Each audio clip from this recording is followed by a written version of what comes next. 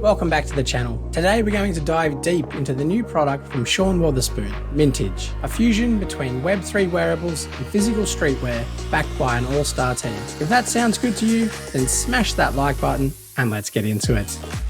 My interest in MNTGE all started with this simple tweet from Aaron McDonald, the founder and big brain behind the MetaVerse ecosystem, including the Altered State Machine, Fluff World and the Party Bears. MetaVerse fam, you're going to want to follow this account. Sean Wotherspoon, you guys convinced me. I'm here.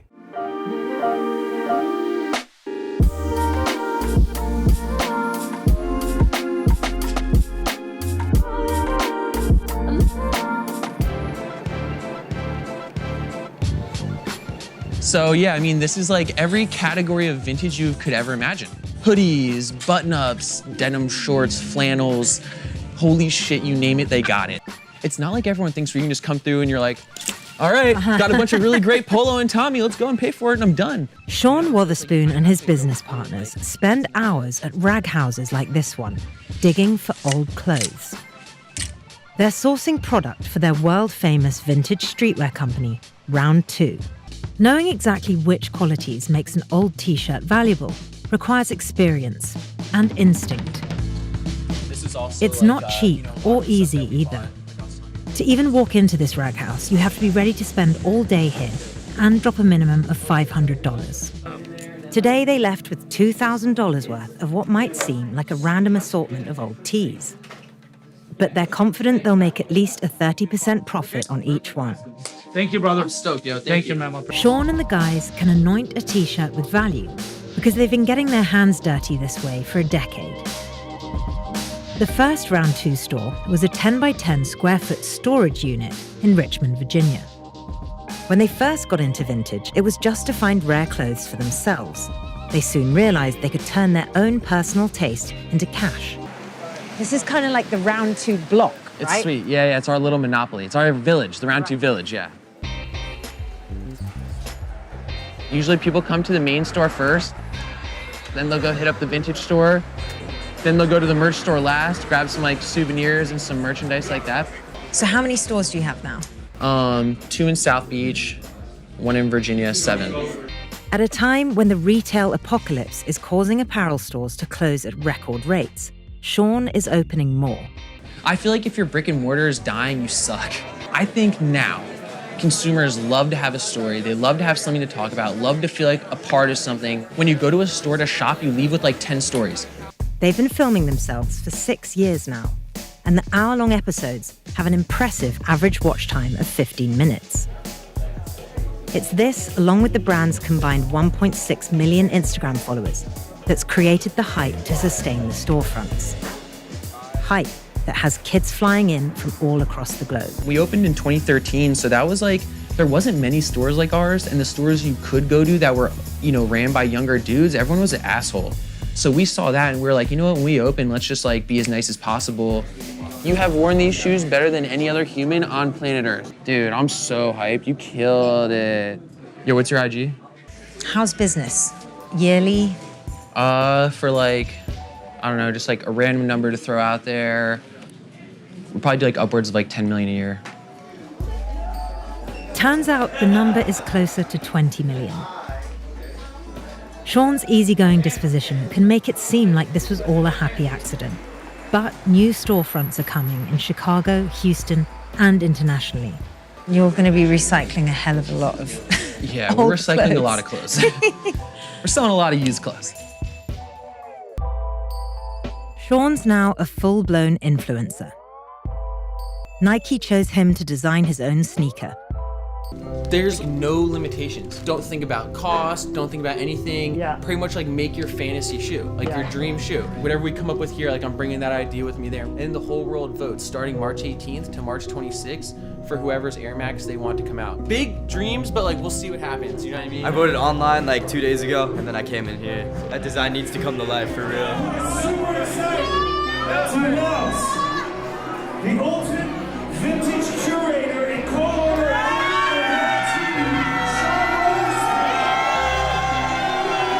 Jen, Actually, Monday is the big weekend because Sean's shoes are coming out. They got a VW bus driving around giving out tickets. Everyone and their mother wants. We out here Air Max Day. Anything limited and you get it for retail, there's gonna be a line, fights, police, everything. Got my pen, got my size. Happy Air Max Day! Hallelujah. I've been here for 4 days straight. I skipped school, I'm in college, I skipped school.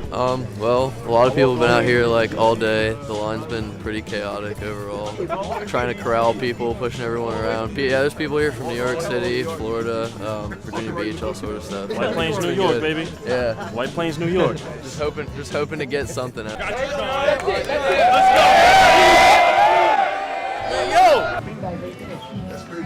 Welcome to Air Max Day in round 2.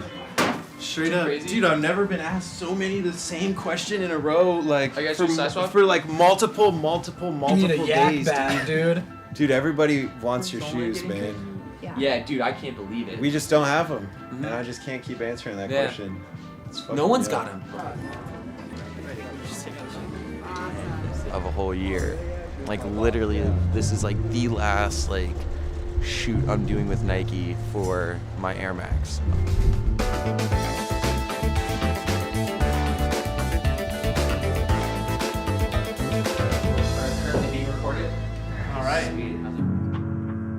My name's Sean Wotherspoon. I'm here at the Porsche Design Studio in Germany. Get excited, take the project, and then take those details and ideas even further. It means so much. Literally like 3 feet to the right of me right now is a complete car that we designed and has now come to life. It's pretty mind-blowing. It really means a lot. And I think that's truly what this car has done. It's created so much excitement and happiness within everybody that you can see that and you can feel it with the final product of the car. My inspiration for a lot of stuff is pretty clear. It's a lot of color, and I love mixing colors, and it's almost a personal challenge for me to see how much color I can mix, but it still be tasteful.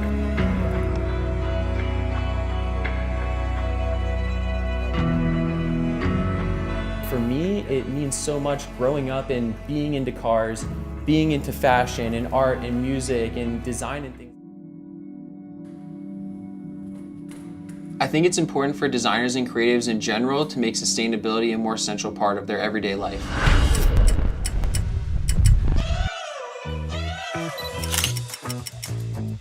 Sustainability is important to me because I feel like it's something we're always working towards. And I try to look at nature, I look at the sky, I look at the ocean, I try to see as much as I can so when I get into that design meeting, I have all this natural material. So for this Samsung project, we created a line of 100% recyclable, which I'm really proud to be able to say, phone cases and watch bands. And we use a lot of bright colors, which you'll see common across a lot of my projects.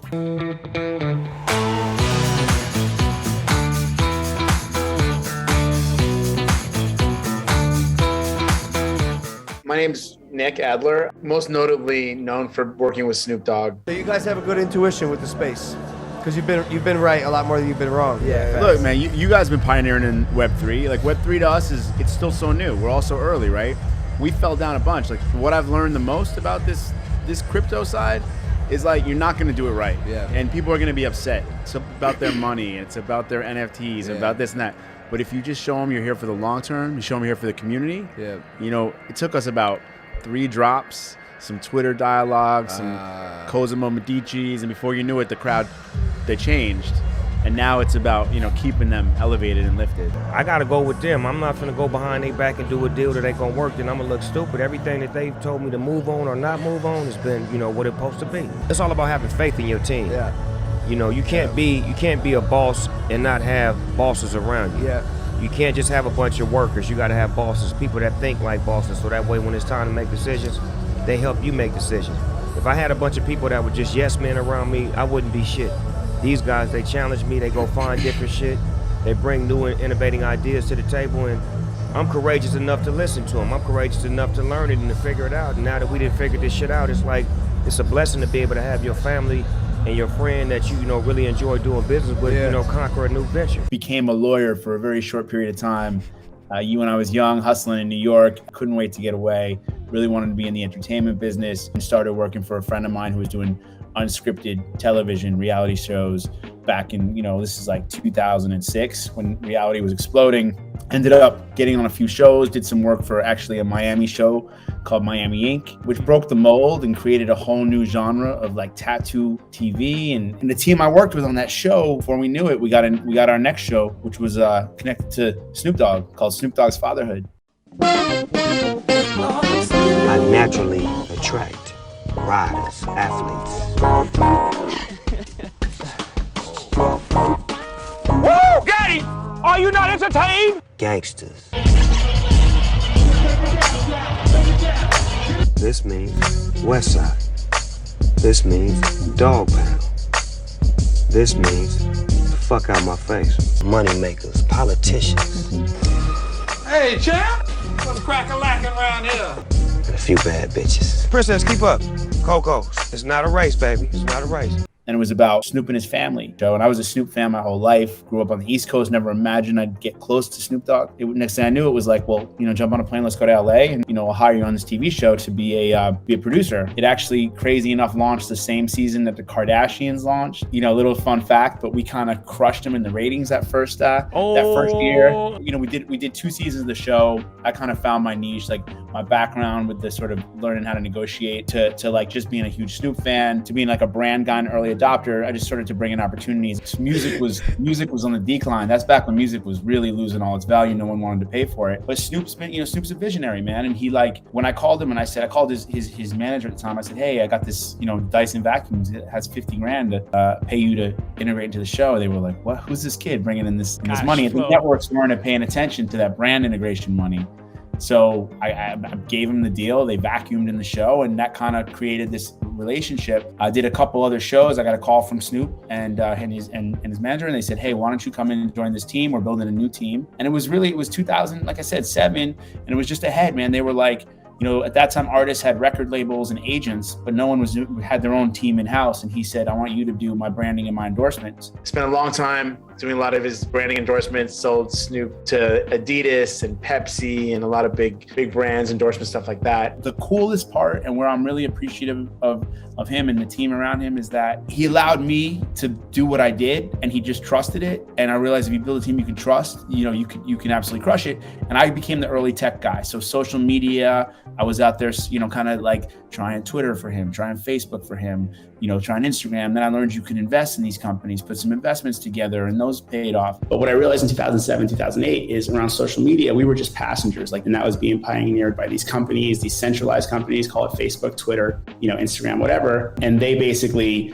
allowed us a platform to create big audiences and do our own content, but they owned it all and they advertised across it. Now, years later, you look back and it's like we gave them so much of our power. And then more recently, when I saw Web3 happening, NFTs in the metaverse, my brain exploded. And I decided to just go all in and really focus on it. After that, we started to collect, man. We started to acquire people we loved and put together a, pretty sick vault. And, there's some rumors out there that Snoop is the great Cosimo Medici. It's yet to be confirmed.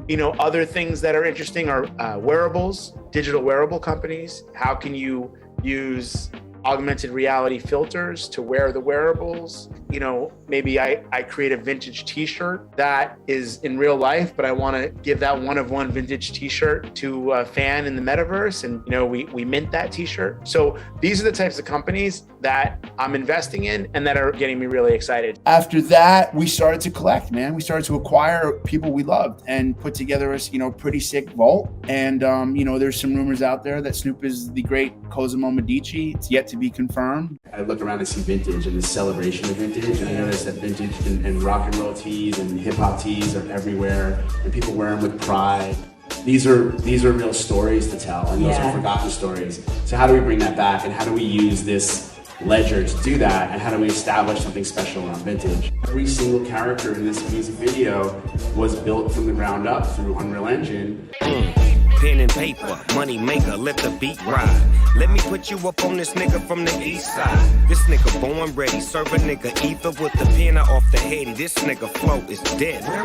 Right here, Snoop Dogg, I'm with the G-Child. Play something, let me fuck you up just with this freestyle. For sure, but let's make a real record with real effort, cause my pen game is lethal cyanide mixed with ether. Culture is what I love. Music is my background. I've seen music get disrupted, and I just think fashion's about to be disrupted. You guys both come up from the YouTube sneaker world, like early on, right? What do you see similar between that moment when you're starting to kind of spread love and show your collections online to where we're at now, the Web3 movement and what we see happening with blockchain and NFTs and beyond? I think it's pretty cool. Like, the first thing Fran said to me when I was asking him, I was like, how close am I to learning about this world? And he was like, yo, you collect sneakers. He was like, you're already 70% of the way there. And I started to realize that there is all this common thread between whole fashion world, what we collect in sneakers, like Supreme accessories, back to vintage tees, whatever.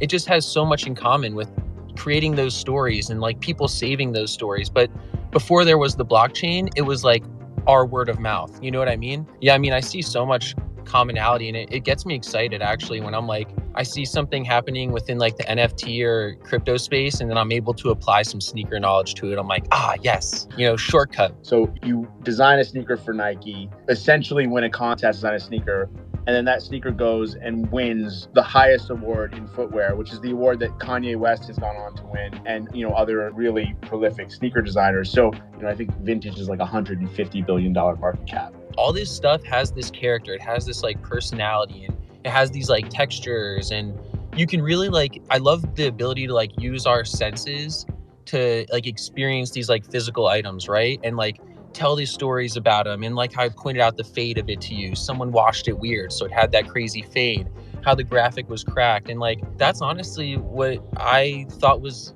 missing the biggest in this whole Web3 world, was that I'm man, as much as I'm into buying these apes and into buying all these things that kind of represent me, because I think that's what's cool about the apes and stuff, not to keep referencing them, but just saying that it's there's so many options that you could look through and find one that almost looks like you. Eminem has one that kind of looks like him. But then the further I got into it, I'm man, I want to represent more of my personality. I want to represent more of my character. I want people to know more and more about me through my NFT or my collection, and so that's what's kind of obsessing me. And what excites me about what we've been working on is that I think we've cracked the code to bringing that to this world. So I'm stoked, but that's really where my obsession's coming from as of late, in the relation of vintage and the Web3 world. G-Money's in the room.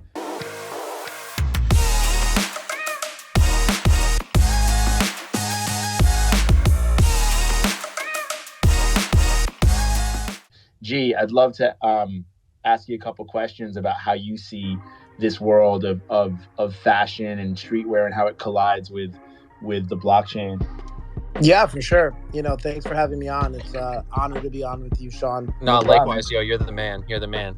I collaborated with Adidas last year, and I helped them launch into the Metaverse, which was their first NFT drop. It's really funny, and I'm not sure if I ever had this conversation with Jimmy, but I know when I first got into the space, I was talking to a couple guys like Pranksy and Nate Alex, and I was I wanted to start a fashion brand for the Metaverse. I just thought it was way too early in 2020. And I was nobody's hanging out in the Metaverse. Who's gonna buy clothes for the Metaverse? And obviously, I probably could have done that. Artifact's done an incredible job with that to date. And so, I went down the road of collecting. And it was after I did the collab with Adidas that I was all right, now is the time, right? And so I spoke to my team, and really at the beginning of this year, we really started focusing heads down on what was it that we were trying to solve for, and what did we want to do. And so I really wanted to solve for three things. The first was I wanted to create an aesthetic that I would want to wear. I'm known as G-Money, the CryptoPunk ape on Twitter, but that doesn't necessarily mean I want to be walking around in the real world with my CryptoPunk on my chest or on my shirt or whatever. So I wanted to just make an aesthetic that I felt I could signal that I'm a crypto native, that had the quality and craftsmanship that I would wear from, you know, any high-end luxury brand, but then also just be the aesthetic that I would want to wear. So that's kind of like the initial design of iteration 1, which was our first drop.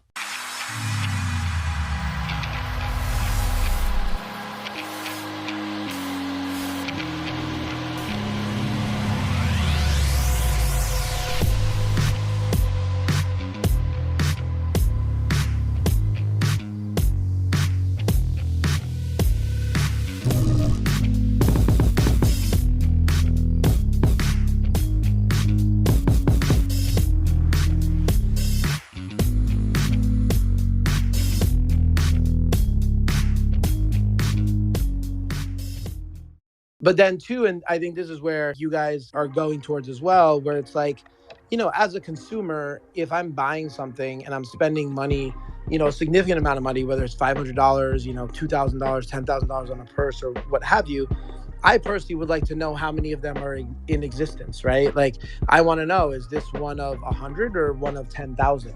So that to me was the reason why we decided to put the chips in the shirt, because I think you get that verifiable scarcity, which in turn, right, and leaning right into collecting culture, is you have that optionality of, with the first drop, is you can take physical delivery of it so that you can then have that shirt and you can wear it, or you can vault it, right? And like, to me, like, I think that's really exciting as a collector of physical product, because you have all these, you know, you have people that have tons of inventory sitting in their closet of, let's say, sneaker or clothes that they're not necessarily going to wear, that could be stored in a centralized custodian, that if they're issued an NFT against that product, they can then use that as collateral in DeFi protocols and get a loan against it, right? So if you have a pair of Yeezys that's worth $1,000, if you can find somebody to give you a $200 loan against it, like, what kind of value unlock does that lead to in the space, right? And that to me is like super exciting, because you start taking clothes and sneakers from like being a very immature asset class to giving them financing tools to make them a mature asset class, and unlocking a lot of liquidity that's in the space. And 3 was, you know, once I get the product out in the wild, because I'm definitely not making product that I want stored in closets and in vaults across the country, is, you know, how do I then gamify that experience and take kind of like everything that we're seeing happen online and in Discord and in Twitter and bring that into the real world? I mean, I'm stoked. Like, I think it's genius, you know? I think, like, you nailed it, because sneakers have gotten to the point where people are buying them as just like stock options, to be honest with you. I don't think many people are really getting through wearing a ton of shoes. It's like we all have our daily beaters, you know, but I think a lot of people have that stock as kind of like, you know, they would love to take a loan out against it. So I think like the formalization of that, kind of what you're doing, is, dude, that's beautiful. Thank you. There's a lot coming from you. Again, like, you have this whole generation of collectors that don't have access to this liquidity up until this point, that like, what does that mean for the space? You know, whenever this kind of like liquidity unlocks in any asset class, it leads to a boom in that asset class, right? 100%.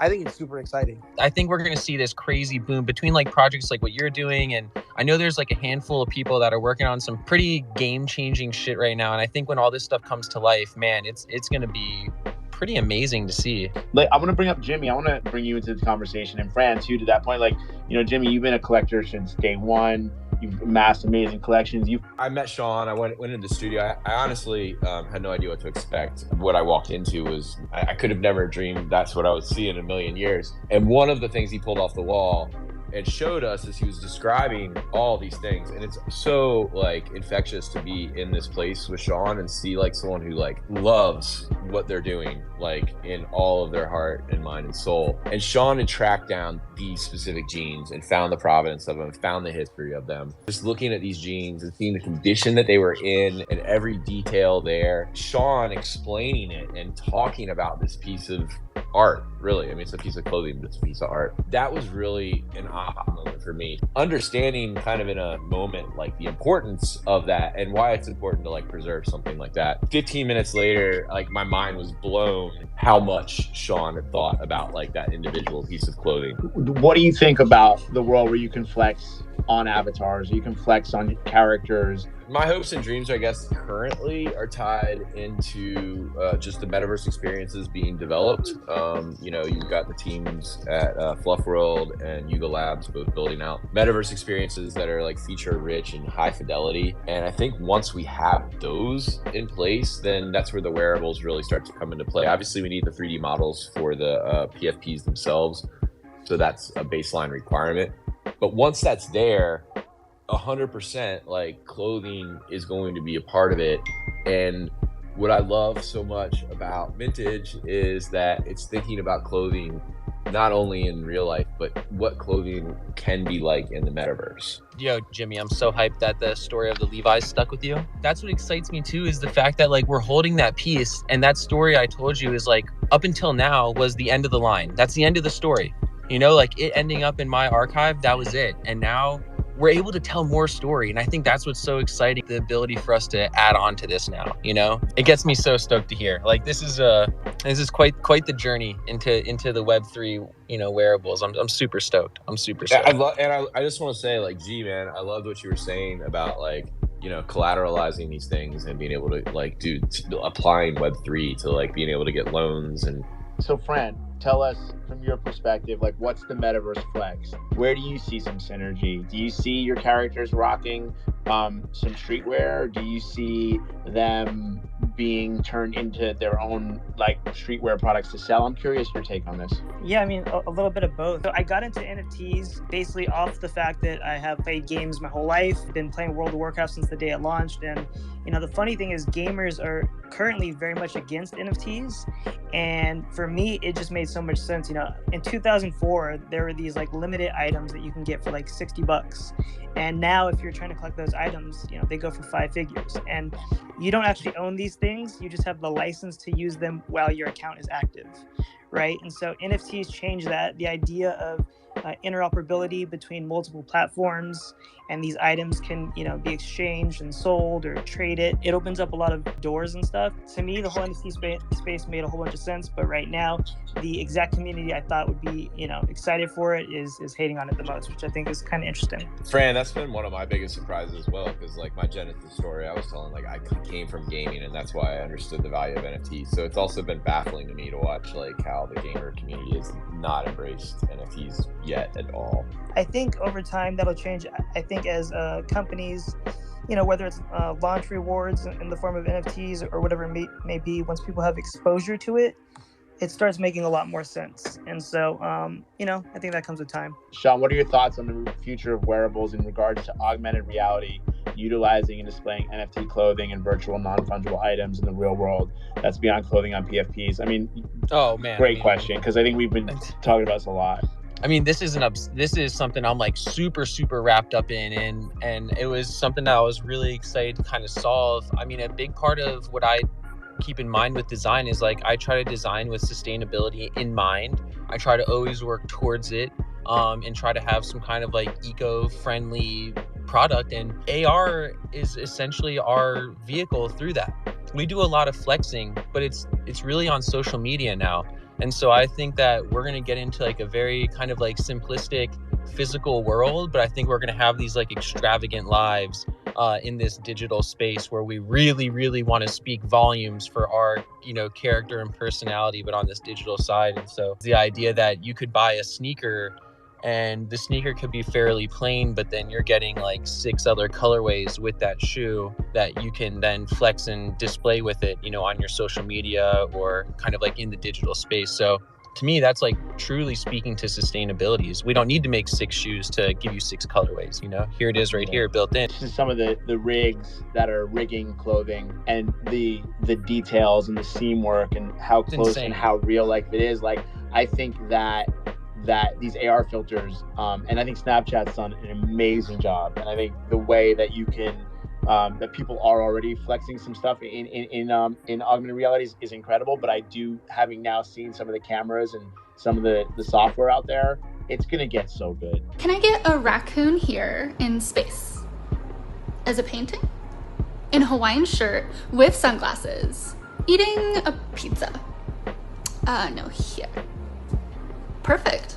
This is a good question, Sean. Do you see blockchain being a way to authenticate rare vintage items? 100%. I see it as a way to authenticate it. I see it as a way to, tell the story, to authenticate the story, create a real provenance. I think this is going to be our tool going forward in the future. This is what we've been waiting for in the vintage world. Here we go. Before I continue, if you are new to the channel, hi, welcome. I'm Gerry, host of Into the Futureverse, where I cover alpha and updates on all things Fluff World and the Futureverse ecosystem. And if you enjoy this content, consider supporting the channel by smashing that like button, hitting subscribe, and hitting the notifications bell so you get all my videos in a timely fashion.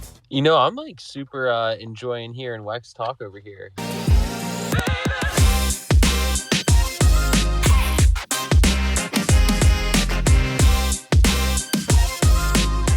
I have to point out, because I'm gonna have to talk about how John basically saved my life. John Wexler, this guy understood culture from Chicago, understood Jay Dilla, heard all the albums. Like when you guys wanna go out and really, get somebody to work with you guys' company, get somebody who knows about the person that they're talking to. The guy that's got some real backstory. Get the right person to go, get the right person. What's up, everybody? It's John Wexler from Adidas. Been with the brand for about 18 years. What you have done over the last decade or so is you have transformed what it means to be a brand and an artist and someone of influence. And you've taken this incredibly authentic, but also a very human approach to how do you manifest the Kanye West brand into products that everyone can enjoy in a way that doesn't feel promotional, that doesn't feel transactional, but feels authentic. And this idea that we can help people tell more stories and tell them more deeply and provide more experiences for them, I think is what is the future of e-commerce and life in general, is this merger of online and offline and helping to bridge those universes in a way that creates a seamless story between both some form of income. It didn't really kick in until college, but my freshman and sophomore year, I was DJing parties every Thursday through Sunday and making, at that point in time, like $250 a night, which was crazy money to be making in the early 90s, DJing frat parties and bars around Madison, Wisconsin. How do you go from art school to Adidas? How did that whole thing happen? I just realized I needed to learn the vernacular. So I went to art school and they had a high level of placement, Art Institute of Portland, at the various brands I wanted to work at. And by my sophomore year, I had picked up enough of the language to be able to go into those interview settings and speak. I got this incredible offer at Adidas to work in their product creation team on basketball, which was a huge passion point for me growing up. Basketball and working with athletes and creators in that space was a no-brainer. I mean, it's such a dream job. So what year did you start at Adidas? I started at Adidas in 2000 and I worked in basketball footwear as in a job called sweeper. So the person who just mops up all the loose ends, picks up all the pieces, washing the glasses, cleaning the floors, doing the spreadsheets, ordering the samples, making sure the business worked so that the leader of the business could go drive that business with senior leadership. Is there a particular time inside of Adidas where, you feel like, okay, like they finally realize that you have the potential to go do big things? Everything that happened over there, I mean, even that next job from that sweeper job, it was open. And I went to my boss at the time and was like, is there a reason that you're not coming to me for this? It seems like a perfect role for me. Are you guys telling me something? The reality is the role that I played that people are most aware of at Adidas around this entertainment and influencer marketing piece back in 2009 when we started this thing was a result of one of those situations where I just pointed out a white space. I never thought it was going to be what I was going to do for a living. Right. It was just like, hey, there's a problem that we could address with this non-athlete community and really create a point of difference for the brand. We should do more of that. Hip hop was born at the same time as I was forming who I was as a teenager. It immediately became a part of my DNA. The first time I heard It's Like That by Run DMC in 1985, I was transfixed. If I wasn't shooting hoops in my parents' driveway, I was in their basement making mixtape after mixtape on my Crossfader with my Technique 1200s, which is the DJ turntable of choice back when I was DJing. And Dad, I know you're here. This is what the basement looked like while I was in high school. You never came down there, but it's all good. And like every Jewish kid growing up in the 80s in the suburbs, I fancied myself as the unofficial fourth member of the Beastie Boys, as you see here. Authenticity is always the key thing with the community. And so then social media blossomed and that convo started splintering. our team recognized that. I recognized that, and the people that I was working with really closely. And then also we pointed to the sort of authenticity of Adidas with Run DMC and the fact that the Superstar was still one of their most iconic products. And that wasn't an athlete, that was an iconic hip hop group. It was that kind of, they helped transcend it. It was athlete at first, but they were the reason it transcended because they made that song and really merged sports and music forever.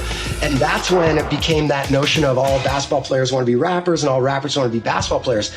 But the greatest thing about all that is now all those people want to be entrepreneurs or are entrepreneurs. I've always found that leaders who show their vulnerability to people and kind of put their heart out there for other people to help them protect has always been the way to pull people in further. And that sharing that is like a really critical piece of being human. By sticking to the things I was passionate about my whole life, no matter the consequences, my life has been an extended crash course in failing forward. To propel my life, I had to allow myself to fail in order to pursue the things I really believed in. Very quickly, life accelerates. We even start to call the things we used to be passionate about distractions.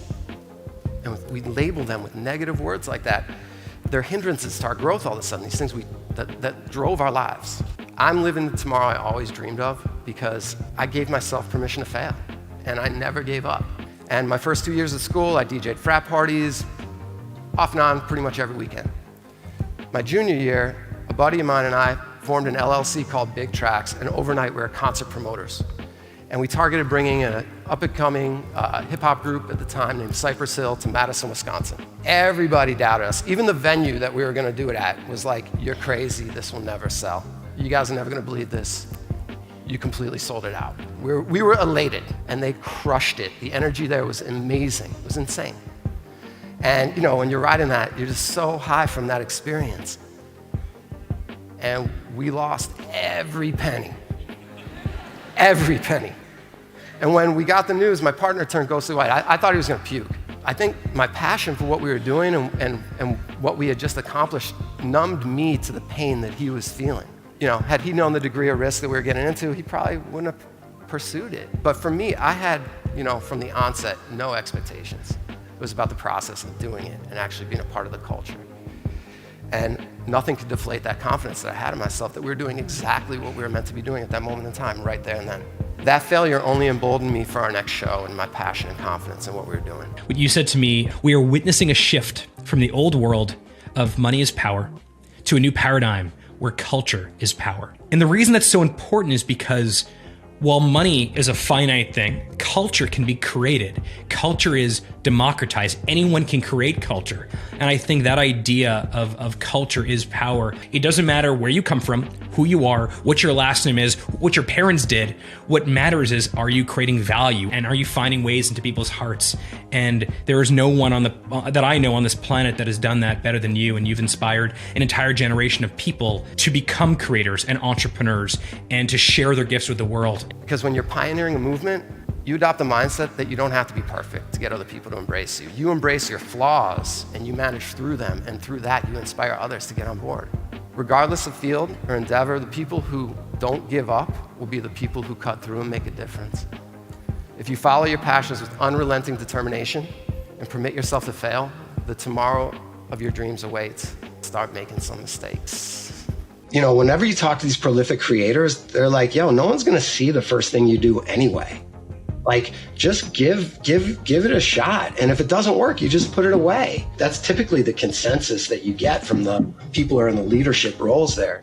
As much as I love hearing these stories and stuff like that, I feel like we are at a point where we're gonna build the next part of those stories. And so, I feel like this whole digital meta world is like where all these stories are heading to next. And so it's pretty cool that we're at a point now where we can kind of take these moments that, I wasn't able to experience a lot of these different moments that like Nick, you and like Wexler are talking about. But I think it's cool to kind of like live vicariously through what you guys are saying. And then even if there's like a specific like garment or something that represents that time, like you're saying that shirt, from 2010 or 2011, whatever it was, it's just kind of cool. Anyways. Is there anything on the core fashion innovation side, because like we have our friends at Zellerfeld and things like that, like people who are doing creative things that are blending technology with fashion or design. Like I think, for instance, when I saw the Bella Hadid spray-on dress last week, I guess at Fashion Week in Paris, I was blown away, and it started to make me think about, hey,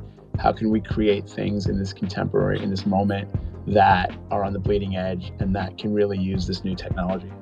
Yeah, no, we're at a super crossroads right now. It's kind of wild. And even talking about design and stuff, and speaking specifically to like Zellerfeld, I mean, a lot of the samples, like when I was out there in Germany last, a lot of the things I saw them working on, I don't even know how to articulate it, but it's like the design is barely like real world design, it just has a whole different kind of perspective to it. You can tell that the shoes, like, they're 3D printed. There's no like actual sewn on layers, but somehow there is still layers being created, through these different textures. And it's really just opened up a whole new door for design, even for myself. Like, I find myself thinking in a completely different way now, where I was very much so like a layered, materials type of person, but now I'm, really looking at ways to kind of create that depth.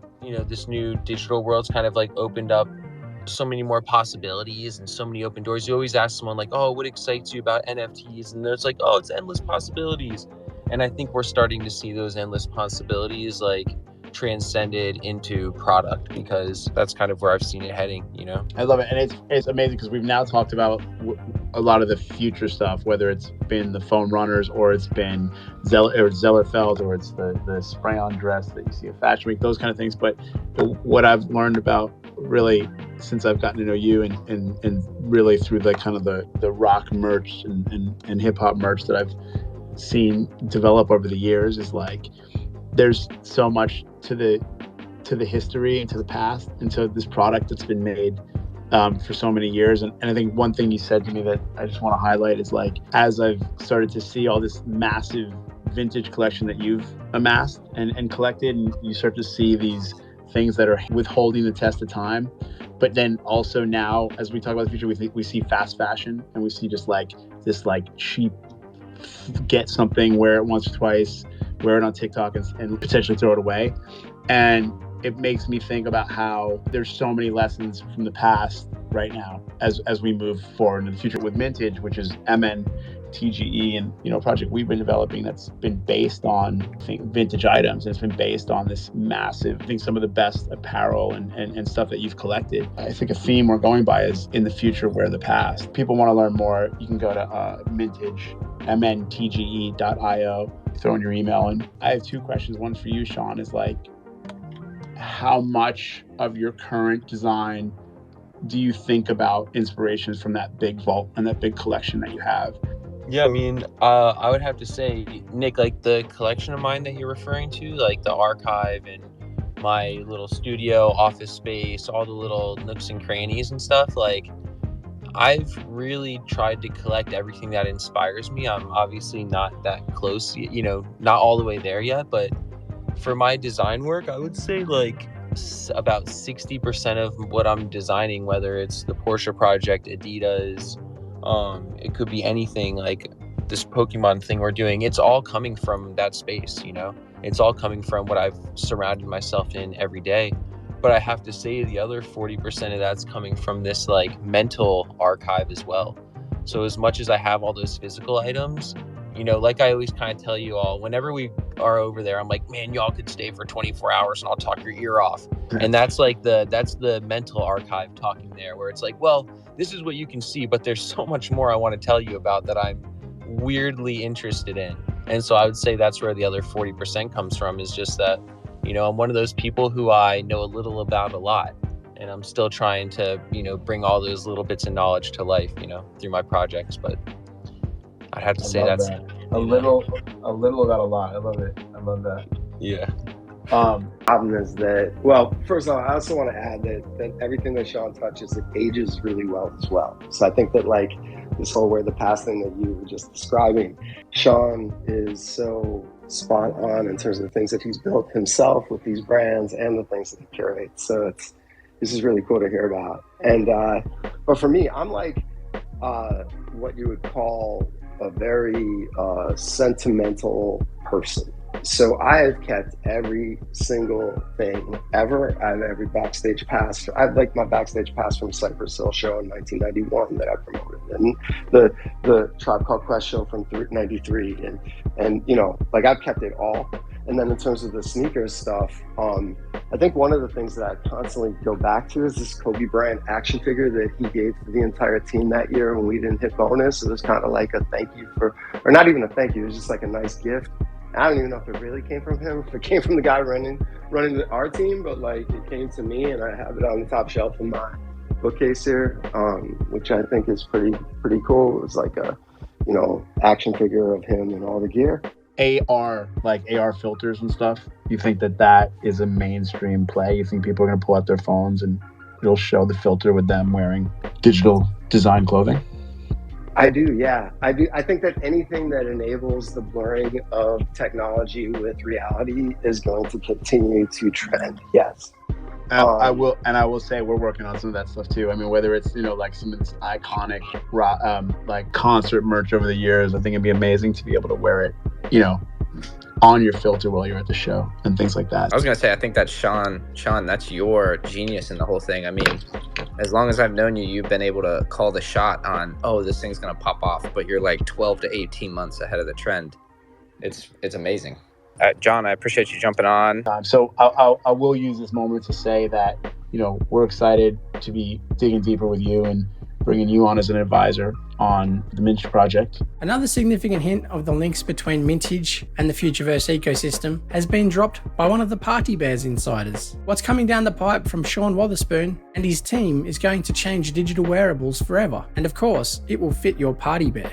Adding further hype around the Party Bears was this subtle tweet from Cypress Hill. It's long been rumoured that Cypress Hill would be one of the 30+ artists dropping music for the Party Bears with party packs. And the party packs will also contain some clothing, possibly MNTGE branded clothing. And given the strong links to Adidas, don't be surprised to see a collaboration there as well. After all, the Altered State Machine did just announce a partnership with FIFA for the FIFA World Cup, of which Adidas is a major sponsor. In future videos, I plan to cover the Futureverse's collaboration with the Shaquille O'Neal owned Authentic Brands Group, who own the IP branding for over 50 prominent brands and celebrities. And in another video, I'll cover Jeff Staples' Stapleverse, who also have lots of links to both the MNTGE project and some of the brands associated with Fluff World and the Futureverse. Thanks very much for watching. If you enjoy this content, smash that like button, hit subscribe, and maybe consider watching one of my other videos. Bunnies up!